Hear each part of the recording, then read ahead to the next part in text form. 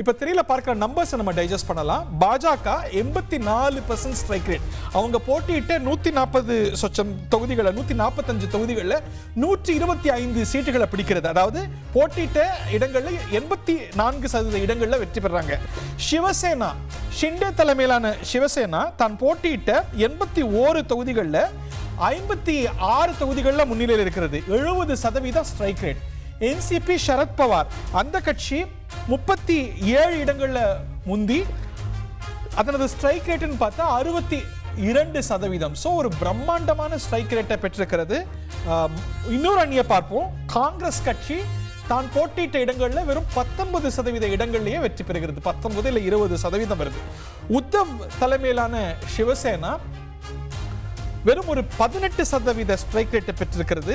சரத்பவார் தலைமையிலான என்சிபி ஒரு 11-12% ஸ்ட்ரைக் ரேட்டை பெற்றிருக்கிறது. இது மகாராஷ்டிர அரசியலையும் சரி தேசிய அரசியலையும் சரி மிக முக்கியமான திருப்பங்களை இல்லை இம்ப்ளிகேஷன்ஸை ஏற்படுத்தும். திரு நாராயணன், திரு கார்த்திகேயன் வைத்த விமர்சனங்களை அல்ல அப்சர்வேஷன்ஸை நீங்க எப்படி பார்க்கறீங்க?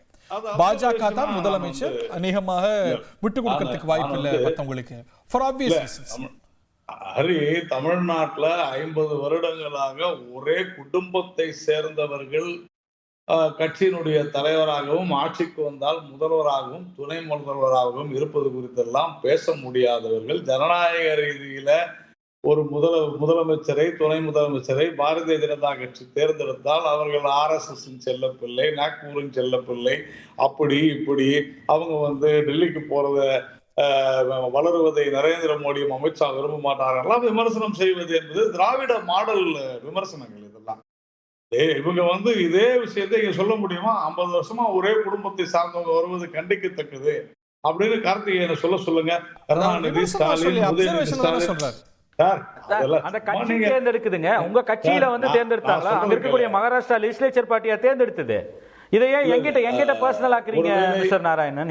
இதுல பர்சனல் என்ன இருக்கு? நீங்க கருத்து சொன்னா உங்களுக்கு தான் பதில் சொல்ல முடியும். இல்ல பின்னாடி நீங்க என்னத்துக்கு இதே நான் அந்த கட்சி லெஜிஸ்லேச்சர் பார்ட்டி மகாராஷ்டிரால கூடி அவர் போய் ஆட்சி அமைக்க உரிமை கோரி 2-3 நாள் ஆட்சியில இருந்தாரு. அதை யார் மாத்தினது? அங்க கார்த்திகேயன் ஒரு நிமிஷம், நீங்க சொன்னீங்கன்னா உங்களுக்கு தான் பதில் சொல்ல முடியும். உங்களுக்கு ரெக்கார்ட் பண்ணி தான் சொல்லுவாங்க. பின்ன உங்களுடைய கருத்து தானே அது. நீங்க வேற யார் கருத்து சொன்னீங்க? உங்க கருத்து தான் சொன்னீங்க. அப்ப நீங்க சொன்னது தப்புன்னு தான் சொல்ல முடியும். இதுல பர்சனல் எங்க இருந்து வருது? நான் கேக்குறேன். நான் நடந்ததை தானே சொல்றேன். ஏங்க இப்ப மகாராஷ்டிரா லெஜிஸ்லேச்சர் பார்ட்டியில அஜித் பவாரோட சேர்ந்து போய் விடிய காலையில ஆட்சி அமைச்சது திரு பட்னவிஸ் தானே. அப்ப ஏன் அதை அலோவ் பண்ணல? அதை ஏன் நிக்க முடியல? அதை அலோவ் பண்ணிட்டு அவரை விட்டுருக்கலாம் இல்லையா? நேஷனல் ஹைகமாண்ட் அதை மட்டும் ஏன் பண்ணுச்சு அப்படின்னு சொல்லி கேட்டா என்ன சொல்லுவீங்க? இதைத்தானே நான் கேள்வி கேட்கிறேன். அங்க இருக்கக்கூடிய கட்சி ஒருத்தர் அலோவ் பண்ணல, ஸ்டேட் பார்ட்டியில ஒருத்தரை தேர்ந்தெடுத்தவரை நேஷனல் லீடர்ஷிப் அலோவ் பண்ணேன்னு கேள்வி எழுப்புறாங்க. நீங்க உடனே டிஎம்கேல நீங்க அவங்க கட்சியில வேற ஒருத்தரை தேர்ந்தெடுத்தாங்க, அவங்க நின்னுட்டு போறாங்க. அதே போல மகாராஷ்டிரால பட்னவிஸ் தேர்ந்தெடுத்தா பட்னவிஸ் அலோவ் பண்ணிருக்கணும் இல்லையா? அவர் அஜித் பவார் ஆதரவோட போய் விடிய காலையில போய் ஆட்சி அமைச்சார் இல்லையா? அவருடைய ஆர்வத்தை வெளிப்படுத்தினார் இல்லையா? அதானே கேக்குறாங்க. மகாராஷ்டிரால நம்ம கட்சி இவ்வளவு வெற்றி பெற்றிருக்கு, எதற்காக ஷிண்டேவுக்கு கொடுக்க வேண்டும் தன்னுடைய அதிருப்தியை அவர் வெளிப்படுத்தினார் இல்லையா? ஏன் பாராளுமன்ற தேர்தலுக்கு அப்புறம் ராஜினாமா பண்றேன்னு சொல்லி ராஜினாமா கடிதத்தை அனுப்பிச்சு வச்சார் இல்லையா? கேட்போம், பதில் வாங்குவோம். தமிழ்நாட்டுல ஒரு கெட்ட பழக்கம் இருக்குதுங்க. இவங்க பத்திரிகையாளர்னு சொல்றவங்க எல்லாம் எதை வேணாலும் பிஜேபி பத்தி விமர்சனம் பண்ணலாம். ஆனா அவங்கள இப்படி நீங்க சொன்ன தப்புன்னு சொன்னா ஐயோ பர்சனலா சொல்லிட்டாங்க. இது ஒரு கெட்ட பழக்கம் இருக்குது.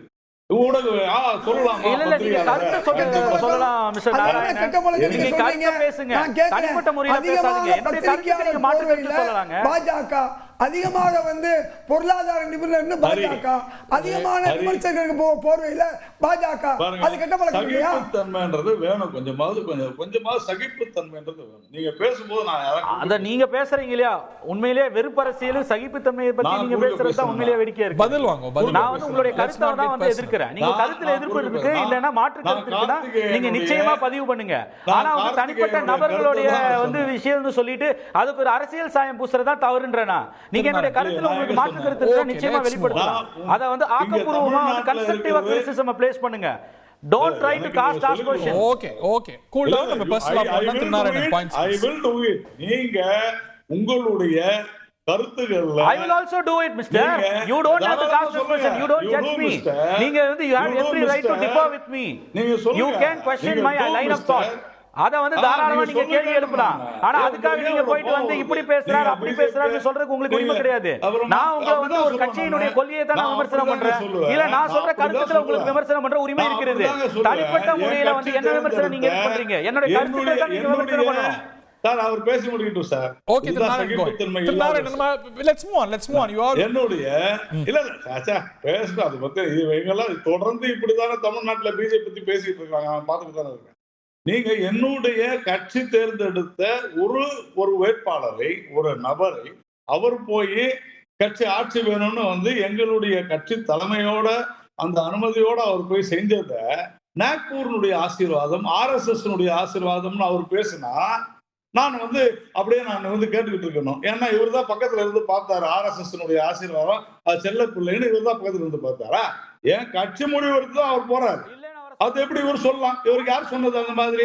அதுதான் நான் கேக்குறேன். நீங்க தொடர்ந்து ஆசீர்வாதத்தோட தான் நாங்க இருக்கோம். நீங்க பெருமையா சொல்றீங்க, மித்த நேரத்துல பேட்ச் ஆஃப் ஆனர்னு சொல்றீங்க. இப்ப சொன்னா ஏன் சார் தப்பா நினைக்கிறீங்க?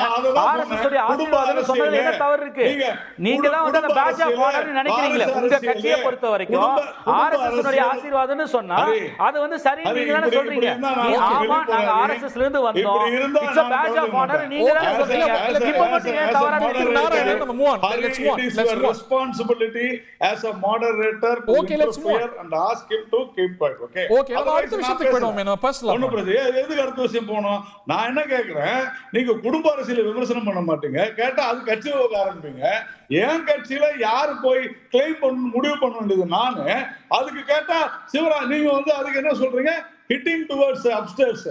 ஏன் சார் சிவராஜ் சிங் சௌகான் விவசாயத்துறை மந்திரி, இந்த நாட்டினுடைய விவசாயிகளுக்கு நல்லது செய்யணும், நாங்க அவரை கொண்டு வந்துருக்கோம். உடனே கிக்கிங் அப்ஸ்டேர்ஸ் பிராக்டிகலி ஸ்பீக்கிங் ஒரு முதலமைச்சர் பவர்ஃபுல்லான போஸ்டா விவசாய மந்திரியா சார்? அது என் கட்சியினுடைய முடிவு சார். ஒரே குடும்பத்தை சேர்ந்த 3 பேர் தொடர்ந்து வந்துகிட்டு இருப்பாங்க, அது கட்சியினுடைய முடிவும்பீங்க. ஆனா நாங்க வந்து ஒரு மத்திய அமைச்சரை கொண்டு வந்தா கிக்கிங் அப்ஸ்டேர்ஸா? இதுதான் வந்து உங்களுடைய பேச்சா? இதுதான் உங்களுடைய வியூ? அதுதான் நான் திராவிட மாடல் வியூன்னு சொன்னேன். உங்களையும் சேர்த்து தான் சொல்றாரு, நான் கார்த்திகேயனை மட்டும் சொல்றேன். இது தவறு. அப்படி பேசாதீங்க. எப்படி நீங்க அந்த மாதிரி சொல்லுவீங்க? இல்ல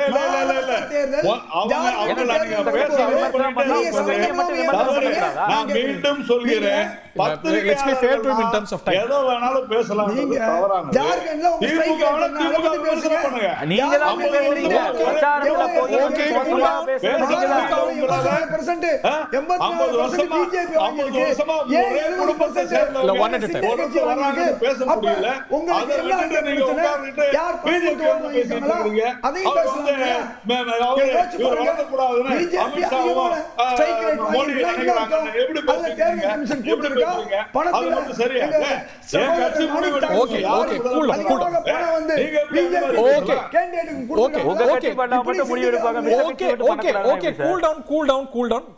ஜென்டில்மேன், இன்னும் கூல இடைவெளிக்கு பிறகு விரிவா பேசலாம். முடிவுகள் வந்து கொண்டிருக்கிறது.